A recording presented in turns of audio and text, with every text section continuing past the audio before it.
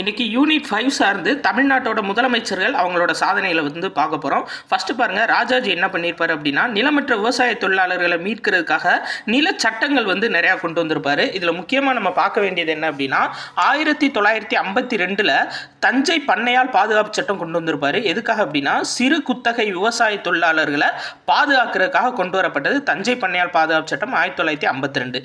இதுவே நில உச்சவரம்பு சட்டம் எப்போ அப்படின்னு சொல்லி கேட்டாங்கன்னா 1961. அடுத்து பாருங்க, ராஜாஜி என்ன பண்ணியிருப்பாரு, 1952 வந்துட்டு குலக்கல்வி திட்டம் கொண்டு வந்திருப்பாரு. அந்த குலக்கல்வி திட்டத்தை ஒழிச்சது யாரு அப்படின்னு பார்த்தீங்கன்னா காமராசர். அதாவது காமராசர் முதலமைச்சராக இருக்கும்போது சி சுப்பிரமணியம் வந்து கல்வி அமைச்சராக இருந்திருப்பாரு. அதை வச்சு 1954 குலக்கல்வி திட்டம் ஒழிக்கப்பட்டிருக்கும். அடுத்து நம்ம முக்கியமாக பார்க்க வேண்டியது யார் அப்படின்னா, திராவிட முன்னேற்ற கழகம், அறிஞர் அண்ணா, CN அண்ணாதுரை. சரியா, இவரை பற்றி 11th பாலிட்டி புக்கில் ஃபுல்லாக கொடுத்துருப்பாங்க. இவர் கொண்டு வந்த திட்டங்களில் முக்கியமானது படியரிசி திட்டம், இன்னொன்று குடிசை மாற்று வாரியம் கொண்டு வந்திருப்பாரு. அதே மாதிரி 1969 மெட்ராஸ் அப்படின்ற பேரை தமிழ்நாடு அப்படின்னு சொல்லி பெயர் மாற்றம் பண்ணியிருப்பாரு. 75 மைல் தொலைவிற்கு மேல் உள்ள பேருந்து தடங்களை தேசியமயமாக்கியிருப்பாரு.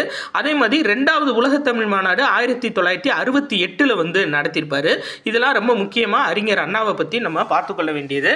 அதே மாதிரி பார்த்தீங்க அப்படின்னா, அதாவது சுயமரியாதை திருமணங்களை கொண்டு வந்தது யார் அப்படின்னா அறிஞர் அண்ணா தான் கொண்டு வந்திருப்பாரு. சரியா, அடுத்து பாருங்க, அனைத்து இந்திய அண்ணா திராவிட முன்னேற்ற கழகம் MGR அவர்கள், அவரை பற்றி பார்க்கணும் அப்படின்னா முக்கியமாக வருவாய் நிர்வாகத்துறையில் நிறைய சீர்திருத்தம் பண்ணியிருப்பாரு.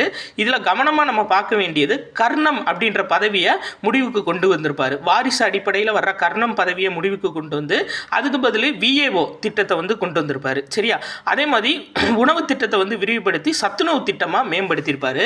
இந்த சத்துணவு திட்டம் வந்து மூன்று பாட்டா வந்து கொண்டு வந்திருப்பாங்க. சரியா, என்ன அப்படின்னா, கிராமப்புறங்களில் 1982 நகர்ப்புறங்களில் 1984, அதே மாதிரி ஓய்வூதியதாரர்களுக்கு 1983 3 பார்ட்டாக கொண்டு வந்திருப்பாங்க. 4வது பார்ட் வந்து கர்ப்பிணி பெண்களுக்கு 1995 கொண்டு வரப்பட்டிருக்கும். நன்றி.